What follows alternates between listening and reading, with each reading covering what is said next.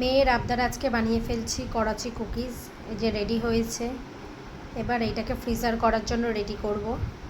এই দেখো রেডি করেছি, এবার এইটাকে ফ্রিজার করব, মানে নর্মাল ফ্রিজার, এটা কিন্তু ডিপে ঢোকাবো না। আবার এটা ডিপ মানে ফ্রিজ থেকে বের করে তোমাদের আবার দেখাবো কাট করার সময়। এই যে ফ্রিজ থেকে বের করে নিয়েছি, বের করে আমি আবার একটুখানি কেটে নিয়েছি হাফটা, কারণ অনেকটাই বড় ছিল।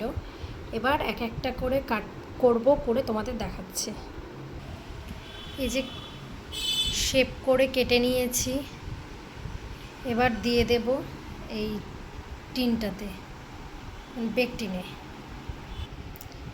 এই যে কেক টিনে দিয়ে দিয়েছি, এবার বেক করতে দেবো। বেক হয়ে গেলে তোমাদের আবার দেখাবো। এই দেখো রেডি করেছি করাচি কুকিজ, কেমন হয়েছে জানিও।